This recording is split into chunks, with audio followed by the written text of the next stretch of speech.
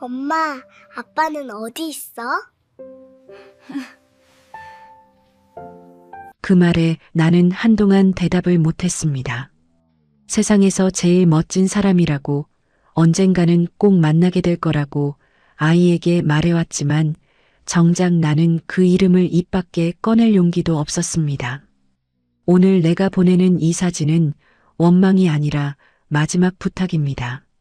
나 없이 남겨질 이 아이를 당신은 이제라도 품어줄 수 있나요? 이바고 시작 전에 구독과 좋아요 부탁드리며 끝까지 함께 해주세요. 콜록거리는 기침 소리가 얇은 단칸방 벽을 때리며 메아리 쳤습니다. 가슴 저 밑바닥부터 끓어오르는 통증에 나는 황급히 두 손으로 입을 틀어막았습니다. 숨이 턱턱 막히는 고통이 지나가고 조심스레 손바닥을 펴보았을 때 하얀 면 손수건 위로 시뻘건 핏자국이 흉측하게 번져 있었습니다. 쇠를 씹은 것처럼 비릿한 피냄새가 좁은 방 안을 채웠습니다. 나는 행여나 아이가 깰까봐 숨소리조차 제대로 내지 못하고 방 윗목으로 고개를 돌렸습니다. 낡고 색바랜 분홍색 수면 바지를 입은 내 5살배기 딸 유나가 배 위로 걷어차 버린 이불을 움켜쥔 채 새근새근 잠들어 있었습니다. 달빛이 창호지 문을 뚫고 들어와 아이의 뺨 위에 내려앉았습니다. 살금살금 다가가 이불을 덮어주며 가만히 아이의 얼굴을 내려다보았습니다. 오뚝한 콧날 굳게 다물면 야무지게 올라가는 입꼬리 그리고 잠결에 한 번씩 미간을 찌푸리는 저버리까지 소름이 끼칠 정도로 아이는 그 사람을 온전히 빼다 박았습니다. 내 뱃속에서 10달을 품어 낳았건만 어쩌면 이렇게 그 남자의 핏줄이라는 표를 온몸으로 내고 있는지 모르겠습니다. 그 얼굴을 마주할 때마다 내 가슴은 날카로운 유리 조각으로 수만 번 그어대는 것처럼 찢어지고 또 피가 났습니다. 며칠 전 찾아간 병원에서 의사는 내게 고개를 저었습니다. 길어야 반년이라고 했습니다. 억장이 무너진다는 뻔한 말로는 이 기막힌 심정을 다 설명할 길이 없었습니다.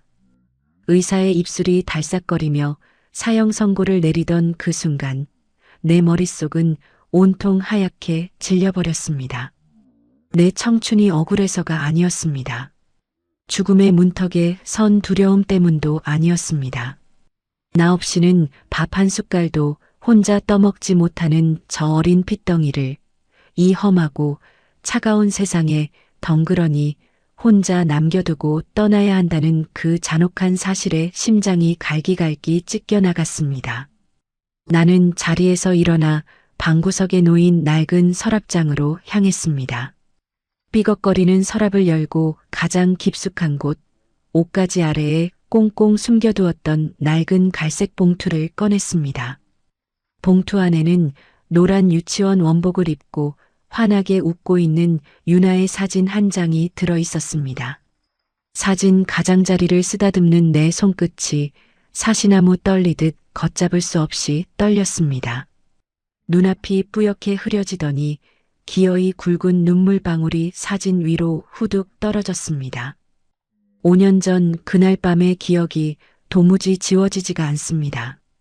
대궐처럼 넓고 스산했던 그 집의 차가운 대리석 바닥, 그리고 의사의 진단서를 손에 쥐고 내 발밑에 무릎을 꿇은 채 짐승처럼 울부짖던 그 사람의 모습이 어제 일처럼 귓가를 맴돕니다. 여보, 나 어떡해. 내가 아이를 가질 수 없는 몸이래. 우리 집안의 대가 내 대에서 영영 끊긴대. 무정자증. 하늘이 두 쪽으로 갈라지는 것 같았던 그 단어 앞에서 굴지의 대기업을 이끌어가야 할 재벌가 장손이었던 남편은 껍데기만 남은 채 처참하게 바스러지고 있었습니다. 그 남자를 낳고 기르며 평생을 가문의 대통과 체면에 목매달아온 시어머니가 이 끔찍한 사실을 알게 된다면 어떻게 될까요? 남편은 그 자리에서 후계자 자리를 박탈당하고 집안의 수치로 낙인 찍혀 천대받으며 쫓겨날 것이 불보다 뻔했습니다. 평생을 오만하고 당당하게 살아온 내 남편이 세상 사람들의 손가락질을 받으며 무너지는 꼴을 나는 두 눈 뜨고 볼 자신이 없었습니다.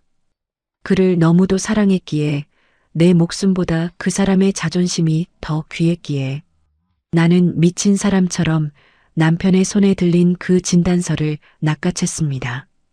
그리고 갈기갈기 찢어내 입속으로 우겨 넣었습니다. 서걱거리는 종이가 목구멍을 찢으며 넘어갈 때마다 쓰디쓴 눈물이 혀끝을 적셨습니다. 당신 몸은 아무 이상 없는 겁니다. 똑똑히 들어요.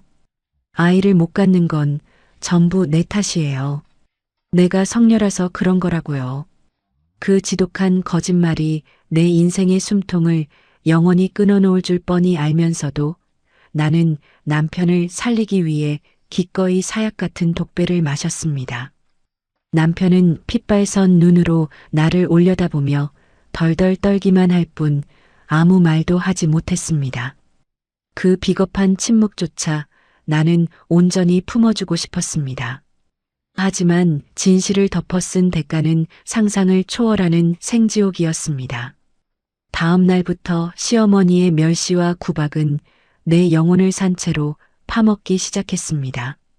어디서 근본도 없는 성녀가 굴러들어와서 내 귀한 아들 앞길을 막아 내년이 감히 우리 집안대를 끊어먹을 작정이냐. 하루가 멀다고 밥상 위로 국그릇이 날아들었고 귀청을 찢는 폭언이 쏟아졌습니다. 펄펄 끓는 찬물이 내 다리 위로 쏟아져 화상을 입던 날에도 나는 비명 한 번 지르지 않고 입을 꾹 다물었습니다. 얼음장 같은 거실 바닥에 무릎을 꿇고 앉아 죄송하다는 말만 수천 번 앵무새처럼 되풀이했습니다. 남편의 꼿꼿한 자존심을 지켜주기 위해 나는 기꺼이 그 집안의 벌레가 되고 죄인이 되어 돌을 맞았습니다. 결국 참다 못한 시어머니의 강요로 이혼 서류에 도장을 찍어야 했습니다. 한겨울 외투 하나 걸치지 못한 채 쫓겨나듯 맨몸으로 대문을 나서던 날, 등 뒤로 들리던 육중한 철문 닫히는 소리는 내 가슴에 박히는 대못이었습니다. 돌아선 남편의 뒷모습을 보며 나는 길바닥에 주저앉아 하늘을 원망하며 짐승처럼 울었습니다. 단 한 번만 나를 붙잡아 주길 바랐던 그 헛된 기대마저 산산조각이 났던 밤이었습니다. 하지만 하늘도 내 그 처절한 희생과 억울함을 불쌍히 여겼던 걸까요? 이혼 도장을 찍기 불과 2달 전 남편 몰래 지푸라기라도 잡는 심정으로 내 몸을 망가뜨려 가며 시도했던 마지막 시험관 시술. 남편의 상태가 너무 절망적이라 의사조차 성공률이 1%도 안 된다며 만류했던 그 시술이 내가 집에서 쫓겨나고 낡은 여관방을 전전하던 어느 날 기적처럼 내 뱃속에 뿌리를 내렸다는 사실을 알게 되었습니다. 두 줄이 선명하게 그어진 임신 테스트기를 부여잡고 나는 미친 여자처럼 방바닥을 뒹굴며 웃다가 또 소리 내어 울었습니다. 혼자 남산만 해진 배를 부여잡고 새벽 시장 국밥집 주방에 쪼그려 앉아 남의 밥그릇을 닦았습니다. 허리가 끊어질 듯 아파도 뱃속에서 꼬물거리는 아이를 생각하면 힘든 줄도 몰랐습니다. 그렇게 낳은 내 목숨 같은 딸 유나. 가난 속에서도 티 없이 맑게 자라주는 아이를 보며 나는 지난 5년의 세월을 악착같이 버텼습니다. 시장 한 구석에서 주워온 낡은 장난감 하나에도 세상을 다 가진 듯 웃어주는 내 딸. 내 피와 땀을 다 쏟아서라도 이 아이만큼은 반듯하고 구김살 없이 키워내겠다고 밤마다 다짐하고 또 맹세했습니다. 그런데 이제 와서 하늘은 내게 그 작은 약속마저 허락하지 않으려 합니다. 아이가 초등학교에 들어가는 뒷모습조차 볼 수 없다는 잔인한 현실 앞에서 나는 남은 자존심마저 모조리 버리기로 했습니다. 떨리는 손으로 모나미 펜을 꽉 쥐고 유나의 사진 뒷면에 꾹꾹 눌러 글씨를 적어 내려갔습니다. 당신을 쏙 빼닮은 우리 딸이야. 이 짧고도 기막힌 한 문장을 쓰기 위해 내가 삼켜야 했던 눈물이 모여 시퍼런 바다를 이루었을 겁니다. 거기에는 거창한 원망도 덧붙이지 않았습니다. 지난날 내가 대신 짊어졌던 그 억울함에 대한 호소나 보상 따위도 적지 않았습니다. 그저 피는 물보다 진하다는 그 뻔하고 낡은 말 하나에 내 아이의 남은 평생을 전부 걸어야 하는 애미의 처절한 심정뿐이었습니다. 당신이 나를 버렸어도 당신 핏줄인 이 아이만큼은 거두어 주기를 바라는 맹목적인 기도였습니다. 어스름한 새벽 안개가 골목길을 덮고 있었습니다. 나는 아이가 깰세라 살며시 방문을 열고 밖으로 나왔습니다. 얇은 스웨터 사이로 살을 애는 듯한 맵찬 바람이 파고들자 또다시 피 섞인 기침이 터져 나왔습니다. 가슴을 쥐어뜯으며 기침을 토해내면서도 내 발걸음은 골목 어귀를 향해 나아갔습니다. 저 멀리 가로등 불빛 아래 서 있는 낡고 빨간 우체통이 오늘따라 내 숨통을 조여오는 괴물처럼 무섭게 느껴졌습니다. 이 편지 봉투를 저 우체통 구멍 속으로 밀어넣는 순간 내가 평생을 바쳐 지켜주었던 그 남자의 견고한 성벽과 거짓된 평온도 이내 산산이 부서지게 될 겁니다. 우체통 앞에 선 내 두 다리가 후들거렸습니다. 눈을 질끈 감고 봉투를 밀어 넣었습니다. 봉투가 우체통 깊은 바닥으로 떨어지는 둔탁한 소리가 귓가를 때렸습니다. 그 소리와 함께 내 무릎도 바닥으로 꺾여버렸습니다. 차가운 시멘트 바닥에 주저앉은 채 나는 두 손으로 얼굴을 감싸고 소리 없는 오열을 터뜨렸습니다. 뜨거운 눈물이 손가락 사이를 타고 끊임없이 흘러내렸습니다. 이 사진이 며칠 뒤 당신의 그 넓고 차가운 회장실 책상 위에 놓이는 날, 5년 전대를 끊어먹었다며 당신이 매몰차게 내다버렸던 그 성녀가 실은 당신과 똑같은 눈을 가진 핏줄을 세상에 내놓았다는 그 기막힌 진실을 알게 되는 순간 당신은 과연 어떤 얼굴을 하고 있을까요? 당장이라도 나를 찾아와 무릎을 꿇고 지난 날을 후회해 줄까요? 아니면 이 지독한 가난 속에 피어난 작은 생명마저 끝끝내 모른 척 등 돌려버릴까요? 차가운 새벽바람이 내 눈물을 얼게 만들었지만 내 가슴 속에 맺힌 지독한 슬픔과 미련은 결코 얼어붙지 않았습니다. 얼어붙은 다리를 이끌고 다시 비좁은 단칸방으로 돌아왔습니다. 삐걱거리는 문을 닫자마자 억눌렀던 기침이 짐승의 쇳소리처럼 터져나왔습니다. 입술을 꽉 깨물며 핏물을 삼키고는 방바닥에 쓰러지듯 누워 잠든 유나의 작은 등을 조심스레 끌어안았습니다. 내 몸에서 나는 죽음의 냄새를 덮으려는 듯 아이의 정수리에서 나는 포근한 아기 냄새를 깊게 들이마셨습니다. 이 핏덩이를 온전히 내 품에 안기까지 내가 겪어야 했던 그 끔찍한 시간들이 캄캄한 천장 위로 주마등처럼 스쳐 지나갔습니다. 남편의 무정자증 진단서를 씹어 삼키고 내가 모든 짐을 뒤집어 쓰기로 결심했던 그날부터 대저택은 나에게 창살 없는 감옥이 되었습니다.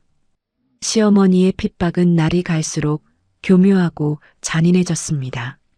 아침 식사 시간 수십 가지 반찬이 차려진 길고 화려한 식탁은 언제나 내게 사형대와 같았습니다. 어디서 근본도 없는 성녀가 들어와서 밥을 축내. 내년이 그 입으로 삼키는 밥알이 아깝지도 않으냐.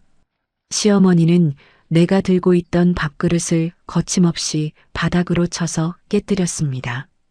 쨍그랑하는 파여름과 함께 하얀 쌀밥이 차가운 대리석 바닥에 흩뿌려지고 펄펄 끓는 미역국이 내 맨발 위로 쏟아졌습니다. 살같이 벌겋게 달아오르고 발등이 타들어가는 고통에 눈물이 핑 돌았지만 나는 비명조차 지르지 못했습니다. 그저 깨진 사기그릇 조각을 맨손으로 주워 담으며 죄송하다고, 죽을 죄를 지었다고 머리를 조아렸습니다.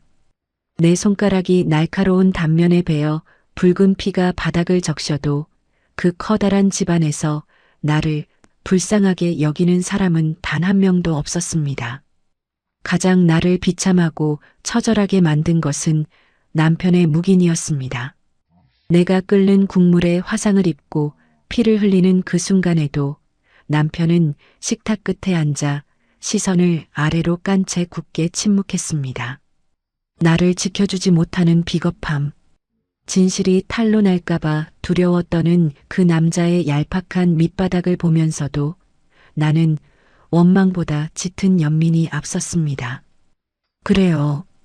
내가 무너지면 평생 온실 속 화초처럼 살아온 이 사람의 세상도 끝난다는 걸 알았기에 나는 바보처럼 그 비겁한 침묵마저 사랑이라는 이름으로 껴안았습니다. 하지만 나의 맹목적인 희생은 결국 철저한 버림받음으로 끝을 맺었습니다. 시어머니는 기어이 내 앞에 서늘한 이혼 서류를 집어 던졌습니다. 내 아들 앞길 그만 망치고 당장 도장 찍어라. 위자료 한 푼 챙겨갈 생각일랑 아예 접어두고 흠집 난 몸으로 들어와서 우리 집안 망신시킨 죗값이라고 생각해. 도장을 찍던 날 밖에는 매서운 눈보라가 치고 있었습니다. 시어머니는 내가 입고 온 겨울 외투조차 그 집 돈으로 산 것이라며 몽땅 벗어두고 나가라고 명했습니다. 얇은 가을 카디건 하나만 걸친 채 나는 슬리퍼를 구겨 신고 쫓겨나듯 대문을 나섰습니다. 등 뒤로 육중한 철문이 닫히는 소리가 쾅 하고 울려 퍼질 때 내 안에 무언가도 함께 산산조각이 났습니다. 길바닥에 꿇어앉아 펑펑 눈물을 쏟으며 나는 수백 번도 넘게 뒤를 돌아보았습니다. 혹시라도 남편이 달려나와 나를 붙잡아주지 않을까? 미안하다고, 내가 다 잘못했다고 한마디만 해준다면 평생 지옥 같은 비밀을 안고 살아갈 수 있을 텐데. 하지만 굳게 닫힌 철문은 끝내 열리지 않았습니다. 갈 곳도 돈도 없던 나는 시장통 뒷골목에 있는 허름한 여관방을 전전해야 했습니다. 곰팡이 냄새가 코를 찌르고 외풍이 칼날처럼 파고드는 낡은 방이었습니다. 하루하루 굶어 죽지 않기 위해 뼈가 으스러지도록 식당 뒷주방에서 남이 먹다 남긴 밥을 긁어먹으며 버텼습니다. 몸도 마음도 완전히 망가져가던 어느 날이었습니다.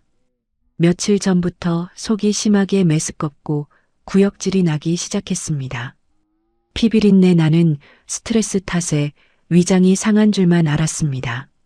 하지만 달거리가 끊긴 지 2달이 훌쩍 넘었다는 사실을 깨달은 순간 내 심장은 터질 듯이 요동치기 시작했습니다. 이혼 도장을 찍기 직전 남편 몰래 지푸라기라도 잡는 심정으로 내 몸을 혹사해가며 시도했던 마지막 시험관 시술. 남편의 절망적인 상태로는 성공 확률이 1%도 안 된다며 의사가 고개를 저었던 그 시술이 머릿속을 벼락처럼 스쳤습니다. 나는 덜덜 떨리는 손으로 식당에서 값을 받은 구겨진 10,000원짜리 한 장을 쥐고 밤거리의 약국으로 미친 듯이 달려갔습니다. 여관방에 깨진 화장실 거울 앞에서 나는 플라스틱 임신 테스트기를 부여잡고 숨을 멈췄습니다. 1분, 2분. 피가 바싹바싹 말라붙는 것 같은 영겁의 시간이 지나고 하얀 막대기 위로 선명한 붉은 줄 2개가 떠올랐습니다. 임신이었습니다. 말도 안 되는 기적이 일어난 것입니다. 나는 차가운 타일 바닥에 주저앉아 짐승처럼 울부짖었습니다. 너무 기뻐서 그리고 너무 비참해서 미칠 것만 같았습니다. 하필이면 쫓겨나서 갈 데 없는 이 끔찍한 밑바닥 인생에 찾아온 귀한 생명이라니.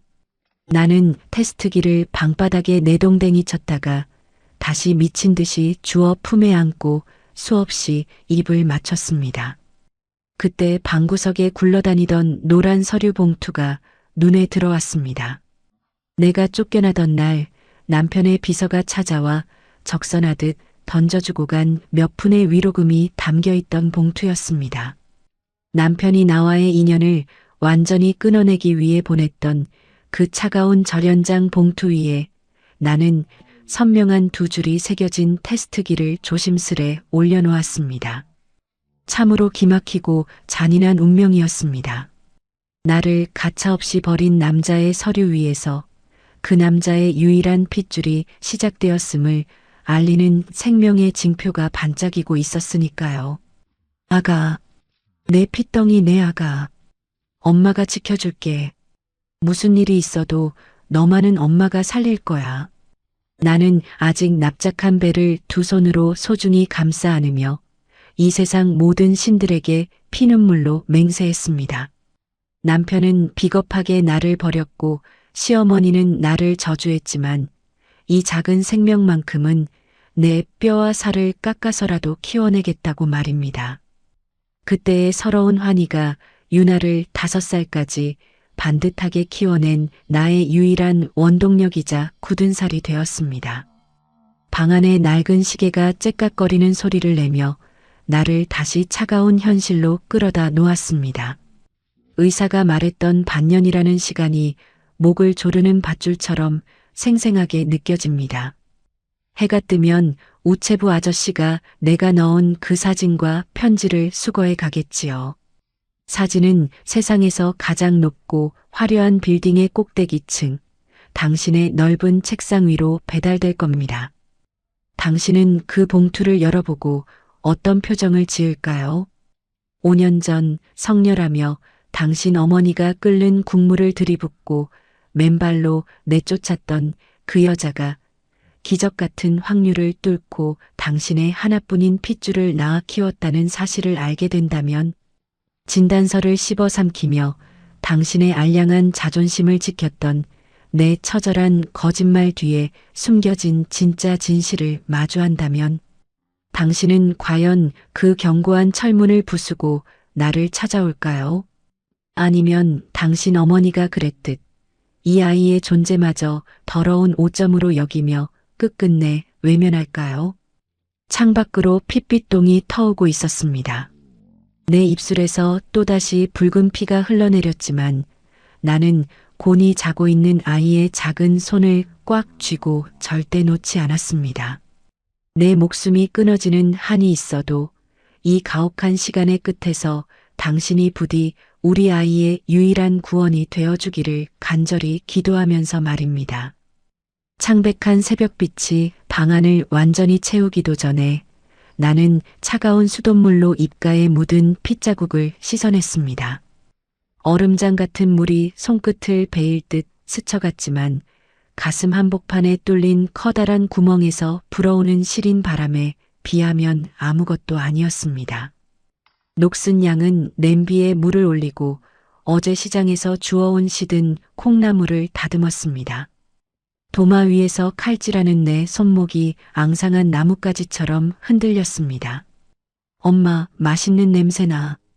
부스스한 눈을 비비며 일어난 내 5살배기 딸 유나가 맨발로 아장아장 걸어와 내 허리춤을 와락 끌어안았습니다. 아이의 정수리에서 풍기는 따뜻하고 보송보송한 냄새가 내 얼어붙은 심장을 녹였습니다. 가스불을 끄고 뒤돌아 쪼그려 앉아 아이의 둥근 뺨을 두 손으로 감싸쥐었습니다. 내 거칠고 갈라진 손바닥에 아이의 보드라운 맨살이 닿을 때마다 나는 살아있음을 느꼈습니다. 그 사람을 꼭 빼닮은 짙은 쌍꺼풀과 맑은 눈동자를 가만히 들여다보자니 짐승처럼 울부짖으며 맨몸으로 쫓겨났던 5년 전의 상처가 다시금 생사를 찢는 듯 했습니다. 그 모진 수모를 겪고도 남편의 자존심을 지켜주겠다며 거짓부림 행세를 하고 쫓겨난 바보 같은 여자. 그게 바로 나였습니다. 여간방을 전전하며 식당 주방 바닥에 쪼그려 앉아 부른 배를 움켜쥐고 밤낮 없이 접시를 닦았습니다. 산통이 시작되던 날에도 내 곁에는 아무도 없었습니다. 시장통 낡은 조산원에서 생사를 찢는 고통 속에서도 나는 입술을 깨물며 소리 한 번 내지 않았습니다. 내 핏덩이가 세상에 나오는 첫 순간을 온전히 내 힘으로 지켜내고 싶었기 때문입니다. 유나의 앙증맞은 첫 울음소리가 귓가를 때리던 순간 나는 수술대 위에서 짐승처럼 오열했습니다. 나를 버린 세상이 이 작은 생명 하나로 완벽하게 보상받는 기분이었습니다. 하지만 핏덩이를 안고 마주한 세상은 지옥보다 더 가혹했습니다. 겨울이면 외풍이 칼날처럼 파고드는 단칸방에서 나는 체온으로 아이를 데우며 뜬 눈으로 밤을 지새웠습니다. 등에 아이를 포대기로 둘러엎고 시장통을 누비며 버려진 채소를 주워다 팔았습니다. 사람들은 아비 없는 자식이라며 혀를 쯧쯧 찾고 독한 애미라며 손가락질을 해댔습니다. 내 손등은 동상으로 검붉게 터지고 갈라져 피가 맺혔지만 등 뒤에서 까르르 웃는 유나의 숨결 하나면 그 모든 모욕이 봄눈 녹듯 사라졌습니다. 내 뼈를 갈아 넣어서라도 이 아이만은 반듯하게 키우겠다고 맹세했습니다. 하지만 내 안의 두려움은 가난보다 더 깊은 곳에 다리를 틀고 있었습니다. 바로 시댁이었습니다. 지금도 3년 전 그 억수같이 비가 쏟아지던 밤을 생각하면 온몸의 털이 쭉 뼈섭니다. 유나가 고열로 숨을 헐떡이던 날이었습니다. 돈 10,000원이 없어 발을 동동 구르다 결국 아이를 들쳐 업고 미친 듯이 대학병원 응급실로 뛰어갔습니다. 아이의 불덩이 같은 몸을 안고 접수처 앞을 서성이던 그때였습니다. 저만치 복도 끝에서 번쩍이는 구두를 신고 걸어오는 익숙한 무리를 발견하고 나는 숨이 멎는 줄 알았습니다. 나를 그 집에서 쫓아낼 때 서류를 던져주었던 남편의 비서실장이었습니다. 그 뒤로는 오만한 걸음걸이로 걸어오는 시어머니의 모습이 보였습니다. 병원 이사장과 인사를 나누는 그들의 목소리가 내 고막을 찢을 듯 날아와 박혔습니다. 심장이 입 밖으로 튀어나올 것 같았습니다. 만약 저들이 내 품에 안긴 이 아이를 본다면, 무정자증인 아들 대신대를 끊어먹었다며 나를 내동댕이 쳤던 시어머니가 기적처럼 태어난 집안의 유일한 핏줄을 알아본다면 그들은 당장 내 품에서 아이를 뺏어갈 것이 분명했습니다. 더러운 성녀 주제에 감히 우리 집안의 핏줄을 훔쳐갔다며 나를 감옥에 쳐넣고 내 목숨보다 귀한 유나를 영원히 내 눈앞에서 치워버리겠지요. 나는 비명을 지를 뻔한 입을 두 손으로 틀어막고 열에 들떠 칭얼거리는 아이의 얼굴을 외투로 꽁꽁 감쌌습니다. 그리고 뒤도 돌아보지 않고 응급실 문을 박차고 뛰쳐나갔습니다. 억수같이 쏟아지는 장대비를 온몸으로 맞으며 맨발이 찢어지고 피가 나는 줄도 모른 채 어두운 골목길을 향해 짐승처럼 달렸습니다. 엄마가 미안해. 우리 아가 엄마가 죽을 죄를 지었어. 빗물인지 눈물인지 모를 것이 뺨을 타고 흘러내렸습니다. 내 아이가 아파도 번듯한 병원조차 데려갈 수 없는 도망자 신세. 내가 남편의 자존심을 지키기 위해 선택한 멍해가 결국 내 아이의 목을 조르는 족쇄가 되어버렸다는 사실에 나는 길바닥에 엎드려 땅을 치며 통곡했습니다. 그날 이후 나는 철저히 세상과 담을 쌓았습니다.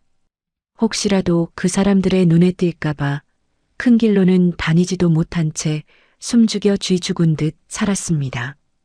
그렇게 숨어 지낸 세월이 내 몸을 안에서부터 썩어 들어가게 만들 줄은 꿈에도 몰랐습니다. 발포 전부터 기침에 피가 섞여 나오기 시작했습니다. 그저 고된 노동 탓이려니 약국에서 산 싸구려 진통제 한 알로 버티며 식당 일을 나갔습니다.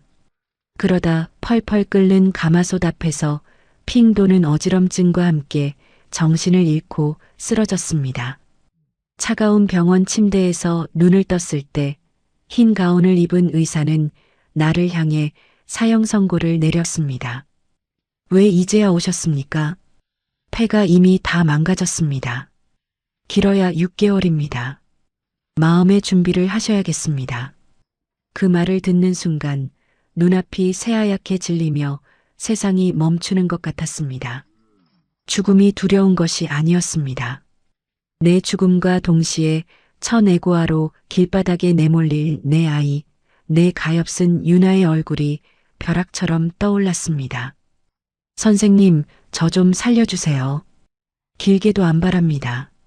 딱 우리 유나 학교에 책가방 메고 들어가는 뒷모습 볼 때까지만, 그때까지만 살게 해주세요.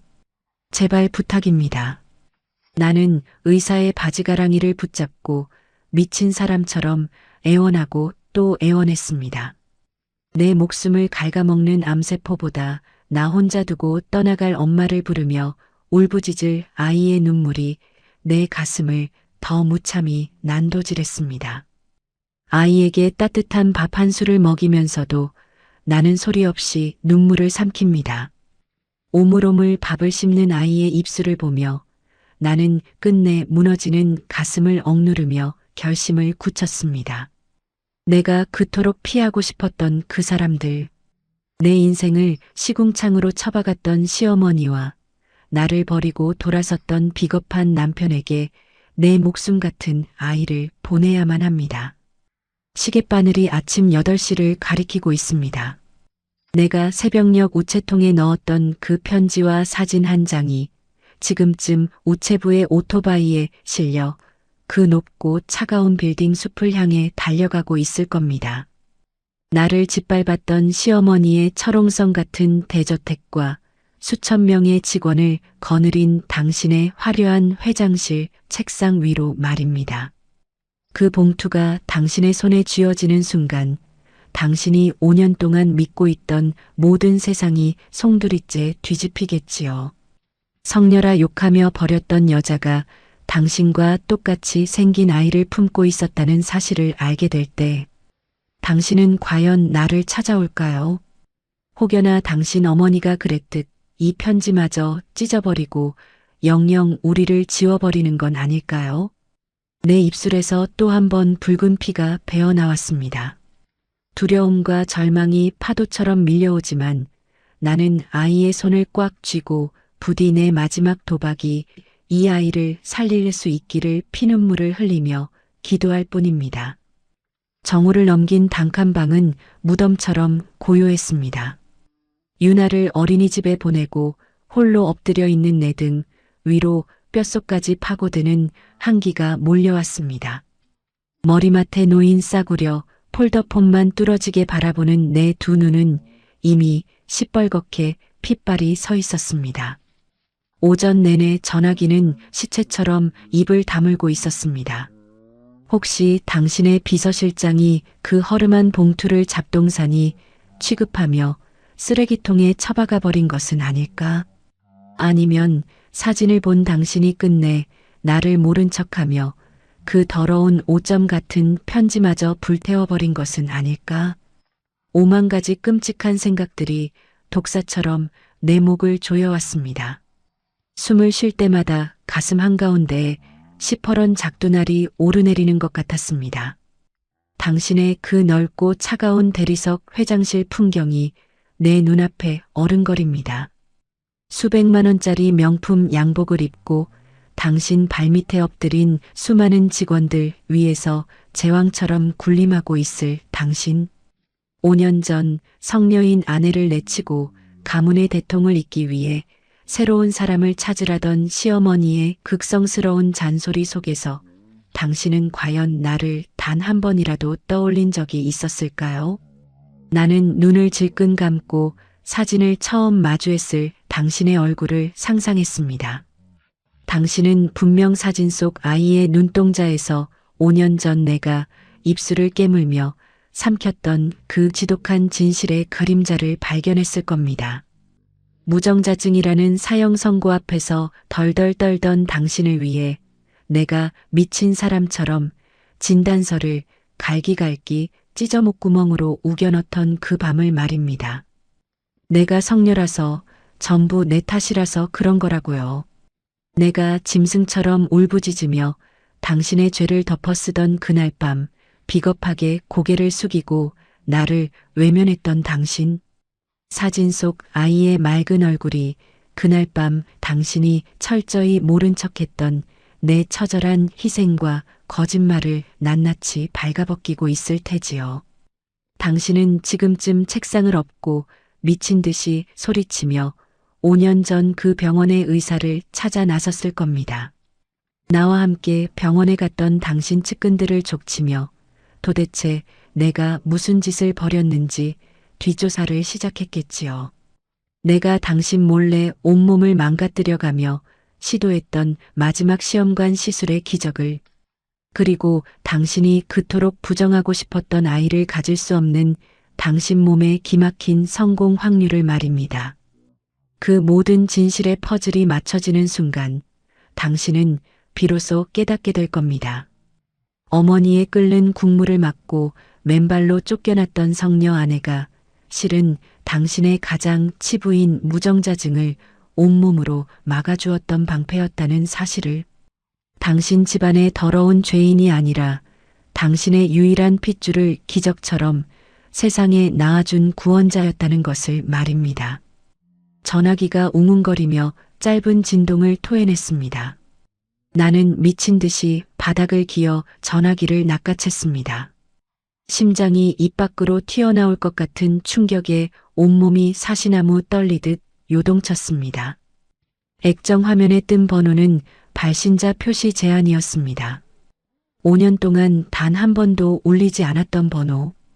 오직 당신만이 쓸 수 있는 번호였습니다. 내 핏덩이를 버린 남자. 내 청춘을 시궁창에 처박아 놓고 혼자만 고고하게 살아온 내 전 남편. 여보. 전화를 받기도 전에 내 입술 사이로 터져나온 쉰 목소리는 처절한 신음이었습니다. 떨리는 엄지손가락으로 통화 버튼을 누르려던 찰나였습니다. 갑자기 가슴 밑바닥에서 뜨거운 불덩이가 치밀어 올랐습니다. 쿨럭, 컥. 짐승이 울부짖는 것 같은 기침이 터지며 내 입에서 시커먼 핏덩어리들이 이불 위로 쏟아져 내렸습니다. 숨통이 완전히 막혀버렸습니다. 가슴을 쥐어뜯으며 방바닥을 대굴대굴 굴렀습니다. 전화기는 내 손을 벗어나 차가운 장판 위로 나뒹굴며 여전히 진동을 토해내고 있었습니다. 안 돼. 안 돼, 제발. 목구멍이 피로 꽉 막혀 말조차 나오지 않았습니다. 나는 피투성이가 된 손을 뻗어 장판 위를 기어갔습니다. 저 전화를 받아야만 합니다. 당신의 그 차가운 목소리를 들어야만 우리 유나를 당신 품에 무사히 넘겨줄 수 있습니다. 손톱이 장판을 긁어 피가 맺히도록 기어갔지만 내 손끝이 전화기에 닿기 직전 잔인하게도 진동은 뚝 끊기고 말았습니다. 검은 화면으로 변해버린 전화기를 부여잡고 나는 짐승처럼 소리 없는 통곡을 토해냈습니다. 하늘은 왜 이토록 내게 가혹한 걸까요? 내 뼈를 깎아 남편을 살렸고 내 피를 말려 아이를 키웠습니다. 당신의 그 비겁했던 침묵조차 용서하고 내 아이의 유일한 구명줄로 삼기 위해 내 남은 자존심마저 모조리 시궁창에 버렸습니다. 그런데 당신과 닿을 수 있는 이 마지막 동아줄마저 죽음의 그림자가 끊어내려 하고 있습니다. 어지럼증이 파도처럼 밀려오며 눈앞이 새까맣게 저물어갔습니다. 내가 이대로 차가운 방바닥에서 숨을 거두면 어린이집에서 나를 기다릴 내 가엾은 유나는 어찌 되는 걸까요? 책상 위 사진 속 아이의 얼굴을 확인한 당신은 전화를 받지 않는 나를 미친 여자라 욕하며 이내 돌아서 버리지는 않을까요? 흐려지는 의식 속에서 나는 핏자국이 엉겨붙은 손으로 유나의 낡은 수면 바지를 끌어안았습니다. 내가 죽기 전에 당신이 나를 먼저 찾아내 주기를. 5년 전 나를 버렸던 그 오만한 걸음으로 이 지독한 가난의 냄새가 찌든 단칸 방문을 부수고 들어와 제발 우리 아이만은 살려달라고 내 바짓가랑이를 붙잡고 피눈물을 흘리며 후회해 주기를. 딱딱하고 차가운 장판 바닥에 눌어붙은 비릿한 피 냄새가 코끝을 찔렀습니다. 캄캄한 심해로 가라앉았던 의식이 바늘로 찌르는 듯한 가슴의 통증과 함께 서서히 돌아왔습니다. 뻣뻣하게 굳어버린 손가락을 간신히 굽혀 내 입가를 매만졌습니다. 검붉게 말라붙은 핏덩어리들이 바스러지며 볼을 타고 흘러내렸습니다. 숨을 쉴 때마다 갈비뼈 사이로 날카로운 유리 조각이 굴러다니는 것 같았습니다. 내 시선이 가장 먼저 향한 곳은 싸늘하게 식어버린 까만 전화기였습니다. 단 한 번의 진동. 5년 만에 나를 찾아왔던 그 유일한 구명줄이 내 입에서 터져나온 저주스러운 핏덩이들 때문에 영영 끊어져 버렸습니다. 나는 바닥을 박박 긁으며 짐승처럼 소리 없는 오열을 토해냈습니다. 당신이 나를 미친 여자 취급하며 영영 고개를 돌려버렸을까봐 내 가엾은 유나가 이대로 애비 없는 고아로 남겨질까봐 미칠 것만 같았습니다. 하지만 피눈물을 흘리면서도 나는 당신이라는 남자를 너무도 잘 알고 있었습니다. 당신은 참으로 의심이 많고 이성적인 사람이었지요. 그깟 사진 한 장과 받지 않은 전화 한 통으로 섣불리 핏줄을 인정할 위인이 아니라는 걸 나는 뼛속 깊이 깨닫고 있었습니다. 당신은 분명 그 끊어진 전화기를 집어 던지고 핏발선 눈으로 5년 전 우리가 마지막으로 함께 걸어 들어갔던 그 대학병원 진료실 문을 거칠게 박차고 들어갔겠지요. 지금쯤 당신은 멱살을 쥐어짜듯 늙은 담당 의사를 몰아세우고 있을 겁니다. 당신 자신이 무정자증이라는 사실을 그 누구보다 뼈저리게 알고 있으니까요. 당신은 내 사진을 집어던지며 미친 사람처럼 소리쳤을 겁니다. 말도 안 돼. 내가 무정자증 환자라는 걸 의사 당신도 똑똑히 알잖아. 그런데 어떻게 이 아이가 내 핏줄이라는 거야. 그 여자가 도대체 무슨 짓을 벌인 거냐고. 하지만 빛바랜 진료 차트를 꺼내든 의사의 입에서 흘러나오는 진실은 당신이 그토록 굳게 믿고 있던 절망을 산산조각 내버렸을 겁니다. 회장님, 기적이 일어났던 겁니다. 사모님은 집에서 쫓겨나기 직전 자신의 목숨을 걸고 마지막 시험관 시술을 강행하셨습니다. 회장님의 상태로는 성공 확률이 1%도 안 된다고 제가 그토록 말렸지만 사모님은 포기하지 않으셨습니다. 그리고 그 1%의 기적이 정말로 사모님의 뱃속에 뿌리를 내렸던 겁니다. 그 기막힌 사실 앞에서 당신은 과연 숨이나 제대로 쉬고 있을까요? 하지만 당신의 심장을 진짜로 도려낸 것은 아이의 기적이 아닐 겁니다. 의사는 당신의 뼛속까지 파고들 기막힌 진실을 하나 더 덧붙였겠지요. 사모님이 쫓겨나신 직후 임신 사실을 확인하러 이 병원에 혼자 오셨었습니다. 그때 사모님은 만삭의 몸으로 제게 피눈물을 흘리며 매달리셨습니다.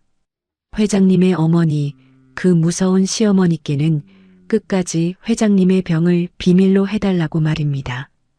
본인이 영원히 아이를 못 갖는 성녀로 집안의 대를 끊어먹은 죄인으로 남을 테니 제발 회장님만은 살려달라고 시어머니가 평생 이 사실을 모르게 해달라고 엎드려 비셨습니다. 당신은 비로소 깨달았을 겁니다.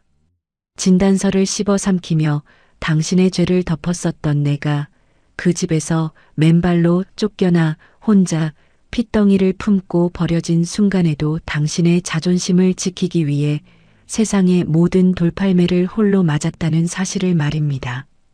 당신 어머니가 펄펄 끓는 국물을 내 다리에 들이붓고 짐승만도 못한 취급을 할 때 비겁하게 고개를 숙이고 나를 외면했던 당신.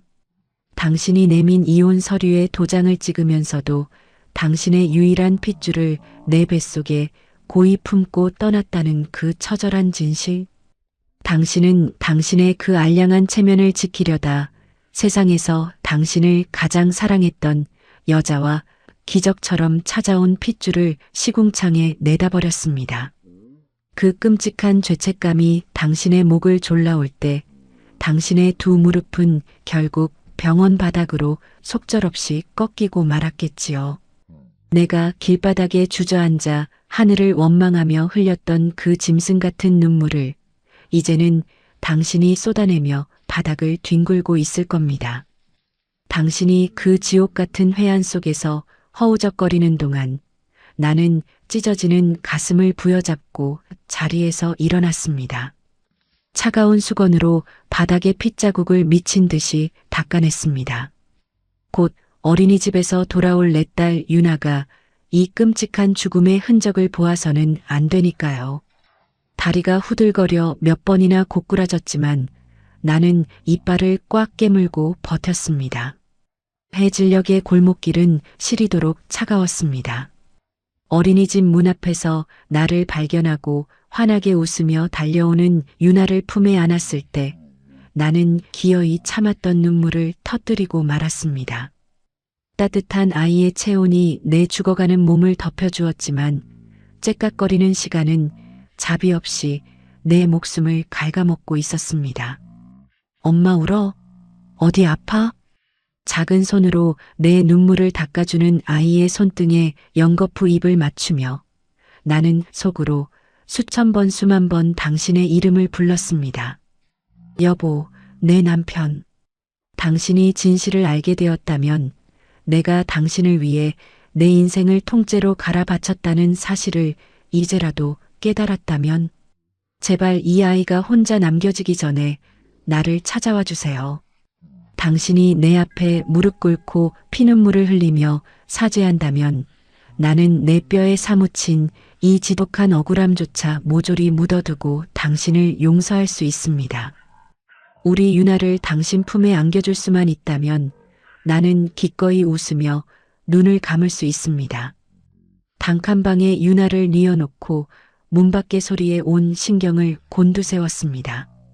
쥐 죽은 듯 고요한 달동네의 밤 공기를 가르고 멀리서 무언가 육중한 것이 다가오는 소리가 들리기 시작했습니다. 갑자기 골목 어귀에서 자동차 타이어가 아스팔트를 날카롭게 긁으며 멈춰서는 파열음이 고막을 찢었습니다. 심장이 미친 듯이 요동치기 시작했습니다. 이 좁고 누추한 달동네 꼭대기에는 결코 어울리지 않는 무겁고 거친 엔진 소리였습니다. 그리고 곧이어 누군가 미친 듯이 비탈길을 뛰어 올라오는 다급한 발소리가 밤하늘을 찢어발겼습니다. 탁, 탁, 탁, 탁. 숨이 턱 끝까지 차올라 거칠게 헐떡이는 사내의 거친 숨소리. 한 번도 들어본 적 없는 처절하고 짐승 같은 발걸음이 내 단칸방 앞을 향해 똑바로 돌진해 오고 있었습니다. 내 손끝이 사시나무처럼 떨렸습니다. 나는 곤히 잠든 유나의 작은 등을 꽉 끌어안고 굳게 닫힌 낡은 방문을 뚫어지게 바라보았습니다. 거칠게 문고리를 틀어주는 소리와 함께 방문이 흔들렸습니다. 당신입니까? 5년의 세월을 돌아 그 무거운 죗값을 짊어지고 마침내 나를 찾아온 당신이 맞습니까? 녹슨 문고리가 비명을 지르며 떨어져 나갈 듯 덜컹거리더니 이내 거친 파열음과 함께 낡은 나무 문이 활짝 열려 젖혀졌습니다. 매서운 밤바람이 열린 문틈을 타고 칼날처럼 밀려들어와 내 뺨을 때렸습니다. 덜덜 떨리는 숨을 부여잡고 힘겹게 고개를 돌린 내 두 눈에 이 누추한 달동네의 곰팡 내 나는 풍경과는 숨이 막힐 정도로 어울리지 않는 두 사람의 실루엣이 들어왔습니다. 거친 숨을 몰아쉬며 문지방에 서 있는 사람. 최고급 맞춤 양복은 땀과 먼지로 구겨져 있었고 단 한 번도 흐트러진 적 없던 정갈한 머리칼은 미친 사람처럼 산발이 되어 있었습니다. 그 뒤로는 화려한 밍크 코트를 걸친 채 사시나무 떨듯 몸을 가누지 못하는 늙은 여자가 서 있었습니다. 5년의 세월을 돌아 마침내 내가 파놓은 진실의 무덤 앞에 제 발로 걸어 들어온 나의 남편, 그리고 나의 시어머니였습니다. 방 안을 비추는 희미하고 깜빡이는 형광등 불빛 아래로 그들의 시선이 가장 먼저 가닿은 곳은 윗목에 낡은 담요를 덮고 웅크려 잠든 5살 유나의 작은 등이었습니다. 그리고 이내 그들의 시선은 바닥을 기어다니며 피를 토해낸 나의 처참한 몸뚱이와 미처 다 닦아내지 못해 장판 곳곳에 시뻘겋게 눌어붙어 있는 핏자국들로 향했습니다. 여보. 정적을 찍고 터져나온 남편의 목소리는 사람의 것이 아니었습니다. 목구멍에서 피를 토해내듯 짐승의 단말마처럼 갈라지고 찢어진 소리였습니다. 그는 번쩍이는 가죽구두를 벗을 생각조차 하지 못한 채 비틀거리며 방 안으로 들어오더니 이내 무릎을 꿇고 차가운 장판 바닥을 짐승처럼 기어오기 시작했습니다. 양복 바지가 찢어지고 먼지투성이가 되는 것도 아랑곳하지 않고 남편은 미친 듯이 다가와 바닥에 엎드린 나를 부서져라 끌어안았습니다. 내가 미쳤어. 내가 죽일 놈이야. 내가 나를 살리려고 그 끔찍한 병을 내가 다 뒤집어 쓰고 나갔는데 나는 내 알량한 자존심 하나 지키겠다고 너를 이 지옥 구덩이에 버려두고 내가 악마야. 내가 짐승만도 못한 놈이야.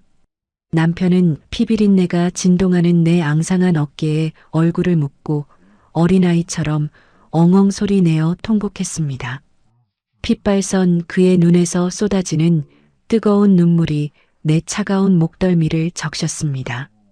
내 볼에 묻은 말라붙은 핏자국을 자신의 비싼 양복 소매로 미친 듯이 닦아내며 남편은 끊임없이 내 이름을 부르고 또 불렀습니다.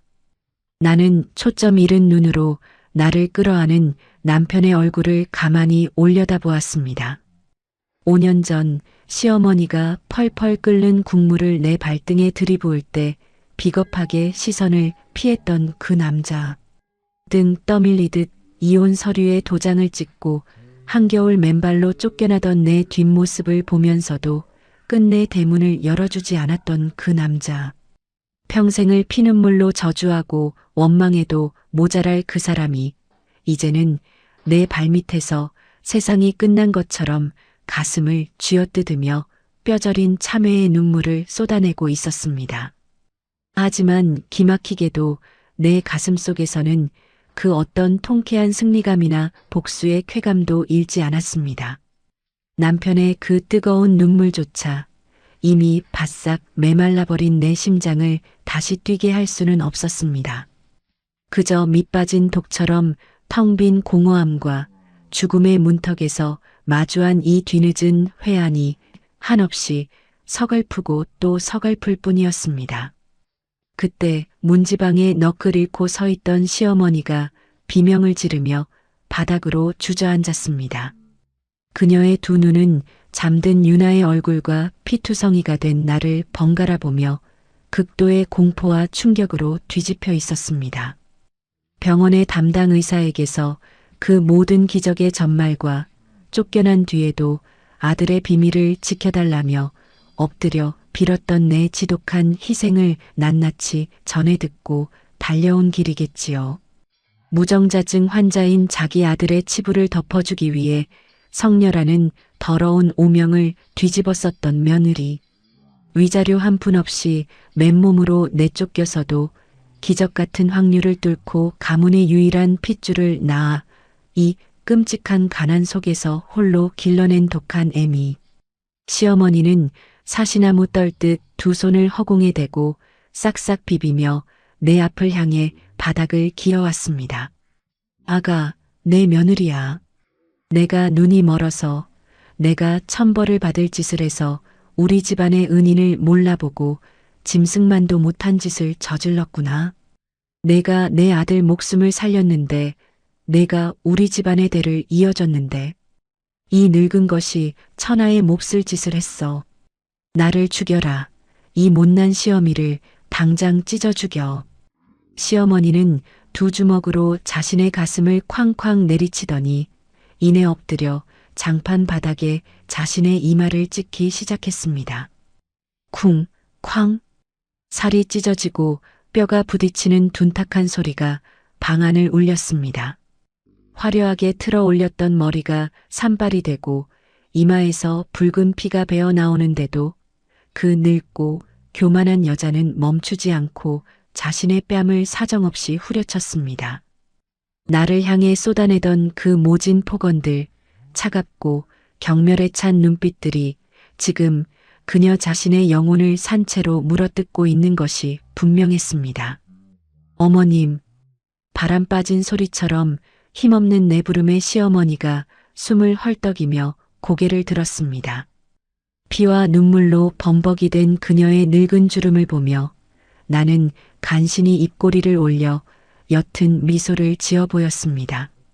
이제 와서 후회하면 무슨 소용이 있겠습니까? 내 몸은 이미 다 썩어 문드러져서 당신들이 아무리 금은 보화를 싸들고 와도 나를 살릴 수는 없습니다. 내가 피를 토하며 죽어갈 때 당신들은 그 대궐 같은 집에서 따뜻한 밥을 먹으며 내 존재를 까맣게 지우고 살았겠지요. 내 입에서 흘러나오는 잔인하고도 담담한 진실에 남편은 짐승처럼 앓는 소리를 내며 자신의 머리칼을 쥐어뜯었습니다. 나는 후들거리는 손을 뻗어 남편의 소매를 꽉 움켜쥐었습니다. 내 손톱이 그의 살갗을 파고들 만큼 절박한 힘이었습니다. 여보, 나는 당신을 한 번도 원망한 적이 없습니다. 내가 당신을 살렸으니 이제 당신이 내 아이를 살려주세요. 내가 덮었었던 그 지독한 억울함 다 잊고 조용히 눈을 감을 테니까 부디 우리 유나 눈에 눈물 나지 않게 거두어 주세요. 세상 천지에 저 아이 피부치는 이제 당신들 뿐이니까요. 나는 기침을 억누르며 남편과 시어머니를 번갈아 바라보았습니다. 내 목숨과 맞바꾼 처절한 희생을 그들이 평생 가슴의 대못처럼 받고 살아가기를 바라는 독한 저주이자 동시에 내 아이를 향한 맹목적인 사랑의 애원이었습니다. 남편은 내 손을 부여잡고 방바닥에 얼굴을 비비며 혼절할 듯 오열했습니다. 그 거대하고 처절한 참회와 속죄의 울음소리가 5년 동안 켜켜이 쌓였던 이당칸 방의 서러운 가난을 씻어내리듯 요란하게 울려 퍼졌습니다. 그들의 피눈물이 내가 겪은 지옥 같은 시간들을 위로하고 있을 무렵 바스락 방 안을 꽉 채우며 고막을 찢을 듯 울려 퍼지던 처절한 통곡 소리가 작은 소리 하나에 거짓말처럼 멈추어 섰습니다. 윗목에 깔아둔 낡고 얇은 담요가 바스락거리며 거치고 분홍색 수면 바지를 입은 내 5살배기 딸 유나가 부스스한 얼굴로 일어났습니다. 아이의 맑고 커다란 눈동자가 어두컴컴한 방 안을 천천히 훑쳤습니다. 장판 곳곳에 시뻘겋게 눌어붙은 내 핏자국들, 그리고 피투성이가 된 채 숨을 헐떡이는 엄마의 곁에 엎드려 짐승처럼 어깨를 들썩이는 낯선 아저씨와 할머니. 어린아이의 눈에는 이 모든 광경이 지옥의 한 장면처럼 무섭고 기괴했을 텐데도 유나는 울음을 터뜨리거나 뒷걸음질 치지 않았습니다. 아이는 맨발로 조심조심 걸음을 옮겼습니다. 쩍쩍 갈라진 차가운 장판 위를 딛는 아이의 작은 발소리가 내 심장 박동처럼 방 안을 울렸습니다. 내 곁에 무릎을 꿇고 엎드려 있던 남편이 인기척을 느끼고 천천히 고개를 치켜들었습니다. 눈물과 콧물로 범벅이 된 남편의 핏발선 두 눈이 자신을 향해 아장아장 걸어오는 작은 생명체와 허공에서 딱 마주쳤습니다. 남편의 입이 찢어질 듯 벌어졌지만 그 어떤 소리도 새어나오지 않았습니다. 숨을 쉬는 방법조차 잊어버린 사람처럼 남편의 몸이 돌처럼 굳어버렸습니다. 오뚝한 콧날, 굳게 다물면 야무지게 올라가는 입꼬리, 그리고 쌍꺼풀 짙은 맑은 눈망울까지. 자신을 소름 끼치도록 완벽하게 빼다 박은 핏줄이 지금 자신의 눈앞에 살아서 숨을 쉬고 있었으니까요. 유나는 남편의 바로 앞까지 다가와 우뚝 섰습니다. 그러고는 자신의 작은 두 손을 뻗어 공포와 경이로움으로 일그러진 남편의 뺨을 가만히 감싸주었습니다. 내 거친 손바닥과는 비교도 할 수 없이 부드럽고 따뜻한 온기가 남편의 차가운 눈물 자국을 훔쳐냈습니다. 아저씨가 우리 아빠야? 비좁은 단칸방에 무거운 공기를 가르고 나온 아이의 첫마디였습니다. 남편의 턱관절이 덜덜 떨리기 시작했습니다. 차마 대답할 용기조차 내지 못하고 짐승처럼 헐떡이는 남편을 향해 아이는 고개를 갸웃거리며 티 없이 해맑은 목소리로 말을 이었습니다. 울지 마. 우리 엄마가 그랬어. 내 아빠는 세상에서 제일 멋진 사람이라고.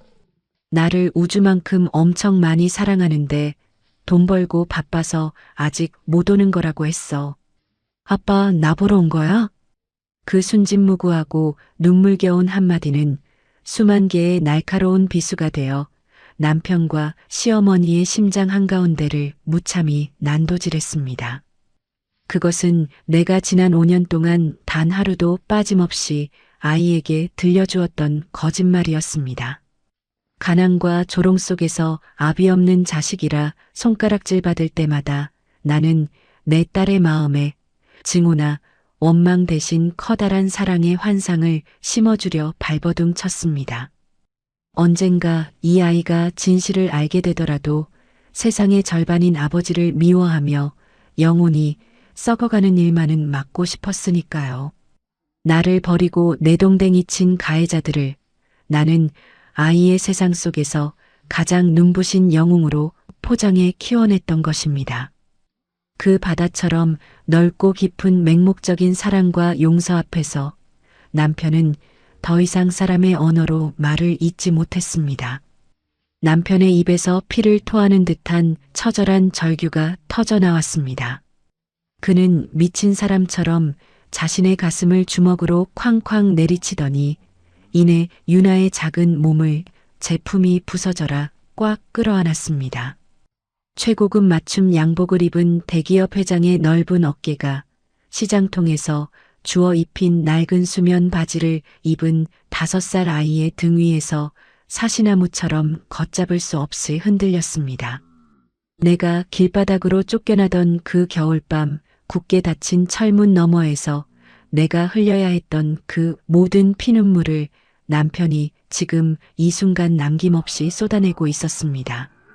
문지방 곁에 엎드려 자신의 이마를 장판에 찧어대던 시어머니 역시 짐승처럼 울부짖으며 다가왔습니다. 화려한 밍크 코트가 핏자국에 젖어 엉망이 되었지만 그녀는 유나의 작은 맨발을 두 손으로 감싸쥐고 엉엉 소리 내어 통곡했습니다. 내 새끼, 내 귀한 핏줄. 이 늙은 할미가 눈이 멀어서 우리 집안의 기둥을 몰라봤어. 내 애미가 그 모진 매를 다 맞고도 널 이렇게 천사처럼 키워놨는데 내가 짐승만도 못한 악귀였어. 아가, 나를 용서하지 마라. 내 애미를 밟은 이 할미를 평생 저주해라. 자신의 평생 신념이었던 가문의 대통과 핏줄. 그것을 지키기 위해 죄 없는 며느리를 생지옥으로 밀어넣었던 여자가 정작 자신이 버렸던 시궁창 속에서 가토록 찬란하게 피어난 핏줄을 마주하고 산산조각이 나는 순간이었습니다.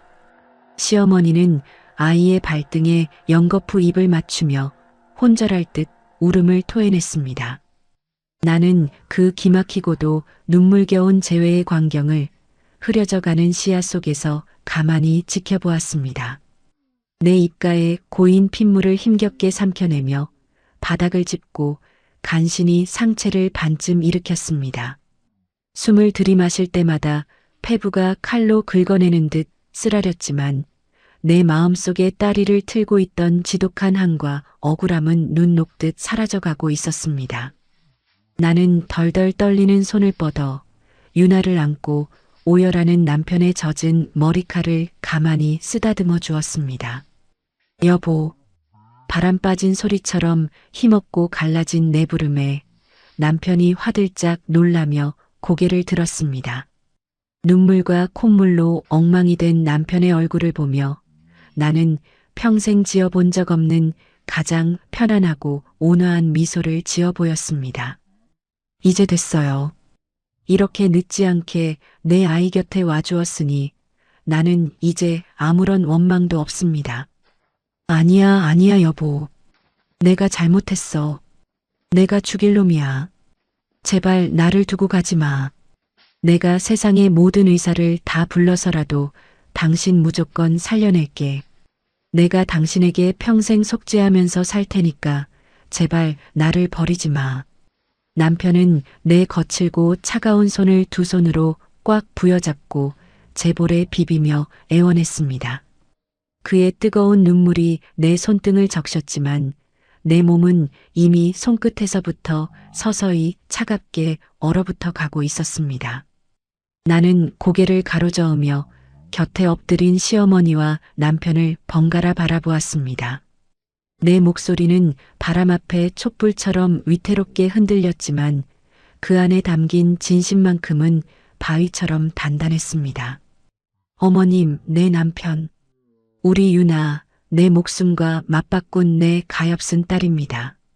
세상 천지에 저 아이 피부치는 이제 당신들 뿐입니다. 내가 당신들을 원망하며 덮었었던 그 독하고 서러운 억울함 다 이 방바닥에 내려놓고 갈 테니까 부디 우리 아이 눈에 두 번 다시 눈물 나지 않게 귀하게 지켜주세요. 그것은 내 삶의 마지막 유언이자 가해자들의 심장에 영원히 빼지 못할 속죄의 대못을 박는 거룩한 애원이었습니다. 나를 버린 사람들에게 아이를 맡겨야 하는 어미의 처절한 모순. 하지만 그들이 쏟아내는 저 피눈물 속에 담긴 진심을 보았기에 나는 마침내 내 아이의 온전한 성벽을 완성했다는 안도감을 느낄 수 있었습니다. 엄마, 눈 감지 마. 나 졸려. 엄마 품에서 잘래. 유나가 남편의 품에서 벗어나 내 곁으로 다가와 털썩 주저앉았습니다. 아이는 내 식어가는 가슴팍에 제 작은 머리를 기대며 칭얼거렸습니다. 핏자국이 묻을까 걱정할 틈도 없이 나는 남은 생명의 불씨를 모두 긁어모아 아이의 작은 등을 꽉 끌어안았습니다. 내 심장 위로 전해지는 아이의 따뜻한 체온이 그 어느 때보다 포근하고 눈부셨습니다. 우리 아가, 엄마가 사랑해. 아빠 손 꼭 잡고 씩씩하게 커야 해.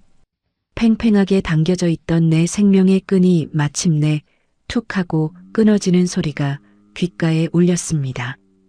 가슴을 짓누르던 지독한 통증과 숨막히는 고통이 거짓말처럼 아득히 사라지고 몸이 구름 위에 뜬 것처럼 한없이 가벼워졌습니다. 시야를 가득 채우던 비좁고 남루한 단칸방의 풍경이 서서히 포근하고 눈부신 하얀빛으로 물들어갔습니다. 나를 부르며 미친 듯이 절규하는 남편의 목소리와 땅을 치며 통곡하는 시어머니의 울음소리, 그리고 어렴풋이 들려오는 내 딸 유나의 숨소리. 그 모든 소리들이 까마득한 우주 너머로 흩어지듯 멀어졌습니다. 나는 입가에 부드러운 미소를 띤 채 오랫동안 나를 짓눌렀던 세상의 모든 무거운 짐을 내려놓고 서서히 깊고도 평온한 어둠 속으로 눈을 감았습니다. 숨이 멎고 심장이 차갑게 식어가는 그 순간 역설적이게도 내 영혼은 평생 느껴보지 못한 가장 따뜻하고 눈부신 봄날의 햇살 속에 안겨 있었습니다. 육신의 고통이라는 무거운 껍데기를 벗어던지고 허공으로 떠오른 나는 비좁은 단칸방 바닥에 쓰러져 있는 나의 초라한 몸뚱이와 그 곁에서 세상이 무너진 듯 절규하는 세 사람을 가만히 내려다보았습니다. 핏발선 눈으로 내 식어가는 어깨를 부여잡고 짐승처럼 울부짖는 남편, 방바닥에 엎드려 자신의 머리털을 쥐어뜯으며 혼절해버린 시어머니, 그리고 내 품에 안겨 엄마 일어나를 반복하며 우는 가엾은 내 딸 유나. 그들의 찢어지는 듯한 통곡 소리가 까마득한 우주 너머의 메아리처럼 잔잔하게 내 귓가를 스쳐 지나갔습니다. 며칠 뒤 나는 세상에서 가장 크고 화려한 대학병원 장례식장의 한가운데에 놓여 있었습니다. 그것은 참으로 기막히고도 서글픈 역설이었습니다. 5년 전 성녀라는 오명을 뒤집어 쓰고 한겨울 맨발로 쫓겨났던 내가 살아서는 단 한 번도 받아보지 못했던 대기업 안주인으로서의 극진한 대우를 죽어서야 받고 있었으니까요. 내 영정사진 주변으로는 수만 송이의 새하얀 국화꽃이 구름처럼 쌓여 있었고 전국에서 몰려든 수많은 조문객들이 내 영정 앞에 엎드려 고개를 숙였습니다. 하지만 그 거대한 장례식장을 채운 것은 향냄새나 화려한 화환이 아니었습니다. 그것은 내 남편과 시어머니가 토해내는 피비린내 나는 참회의 절규였습니다. 이 늙은 악기가 내 며느리를 죽였습니다. 집안의 은인이고 부처였던 내 며느리를 이 무식하고 잔인한 시어미가 길바닥으로 내쫓아 피를 토하고 죽게 만들었습니다. 검은 상복을 입은 시어머니는 조문객들의 시선 따위는 아랑곳하지 않고 장례식장 차가운 대리석 바닥에 주저앉아 쉼없이 자신의 가슴을 내리쳤습니다. 며느리에게 끓는 국물을 들이붓고 벌레만도 못한 취급을 하며 내쫓았던 오만방자한 재벌가 사모님의 모습은 온데간데 없었습니다. 그녀는 내 영정사진 앞을 떠나지 못한 채 곡기를 전폐하고 피눈물을 쏟아내며 자신의 죗값을 돈내반에 떠벌리고 있었습니다. 사람들의 수군거림과 손가락질조차 그녀에게는 스스로에게 내리는 형벌의 일부인 듯 했습니다. 남편은 흡사혼이 빠져나간 미라 같았습니다. 덥실룩하게 자란 수염과 푹 파인 볼, 초점 잃은 두 눈은 그가 굴지의 기업을 이끄는 회장이라는 사실을 아무도 믿지 못하게 만들었습니다. 남편은 유나를 제품에 부서져라 아는 채 밤낮으로 내 영정사진 앞을 지켰습니다. 하얀 상복을 입고 아빠의 품에 안긴 5살 유나가 고사리 같은 손으로 남편의 눈물을 닦아줄 때마다 남편은 숨을 쉬지 못할 만큼 격렬하게 오열했습니다. 여보, 미안해. 내가 당신을 버렸어. 당신이 내 병을 다 덮어쓰고 그 모진 수모를 당할 때 나는 비겁하게 숨어서 당신을 지옥으로 밀어 넣었어. 내가 당신을 죽였어. 내가 살인자야. 남편은 내 웃고 있는 영정사진을 부여잡고 수천 번, 수만 번 용서를 빌었습니다. 그의 찢어지는 눈물을 내려다보며 나는 허공에 손을 뻗어 그의 굽은 어깨를 가만히 쓸어내렸습니다. 비록 내 손길이 그에게 닿지는 않겠지만 나는 진심으로 그를 용서했습니다. 가해자를 향한 가장 잔혹하고도 완벽한 복수는 그들의 심장에 평생 잊지 못할 숭고한 사랑과 죄책감의 대못을 박아두는 것임을 나는 죽어서야 비로소 깨달았으니까요. 그렇게 시간은 무심히 흘러 어느덧 내 무덤가에 3번의 봄꽃이 피고 졌습니다. 나는 여전히 허공에 머물며 남겨진 내 사람들의 삶을 묵묵히 지켜보고 있습니다. 5년 전 나를 매몰차게 내쫓았던 그 차갑고 거대한 대저택.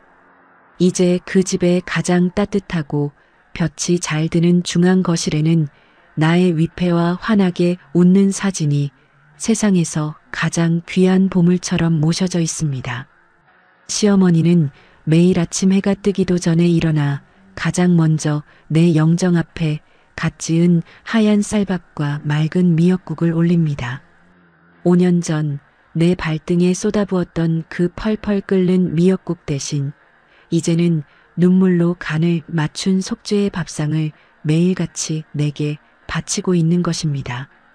늙고 쇠약해진 시어머니는 틈만 나면 내 사진 앞을 쓸고 닦으며 남은 생을 오직 며느리의 극락왕생을 비는 기도 속에 바치고 있습니다. 남편은 회장직의 무거운 짐을 절반 이상 내려놓았습니다.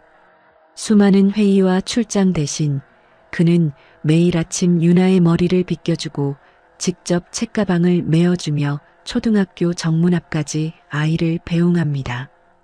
내 목숨과 맞바꾼 내 분신 유나는 어느새 훌쩍 자라 아빠의 손을 잡고 까르르 웃으며 세상을 향해 씩씩하게 걸어가고 있습니다. 남편의 지갑 속에는 세상에서 가장 비싼 수표 대신 낡고 찢어진 종이 조각들이 투명한 테이프로 조잡하게 붙여져 들어 있습니다. 5년 전 내가 그의 자존심을 지키기 위해 입속으로 씹어 삼켰던 그 무정자증 진단서의 파편들입니다. 남편은 술에 취하는 밤이면 그 너덜너덜한 종이 조각을 꺼내 들고 소리 죽여옵니다. 유나가 깨지 않도록 제 입술을 꽉 깨문 채 사진 속 나를 향해 끝없는 미안함과 사랑을 고백합니다. 그는 평생 다른 여자를 품지 않을 것입니다. 오직 나라는 여자가 남겨준 기적 같은 핏줄의 아버지로서, 그리고 평생을 갚아도 모자랄 죄인으로서 묵묵히 그 죄값을 치르며 살아갈 것입니다. 그것이 내가 남편에게 내린 형벌이자 그가 나를 위해 선택한 눈물겨운 사랑의 방식입니다. 이제 나의 영혼은 솜털처럼 가벼워져 더 높은 하늘을 향해 날아오를 준비를 마쳤습니다. 원망도 미련도 지독했던 가난의 기억도 모두 저 아래 세상에 남겨두었습니다.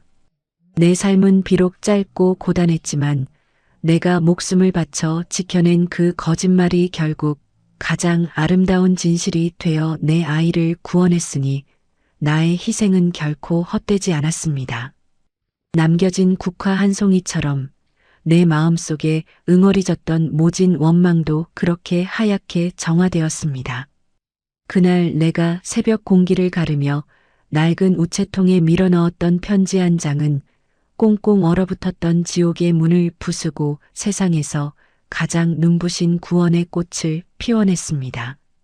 여러분이라면 그 매서운 눈보라 속에서 나를 짓밟고 길바닥에 내다버린 사람들을 향해 끝내 용서의 손길을 내미실 수 있었을까요? 나를 죽음으로 몰아넣은 이들에게 분노의 칼을 꽂는 대신 내 살을 내어주고 그들의 심장에 지워지지 않는 사랑의 낙인을 찍은 나의 선택이 미련해 보이시나요?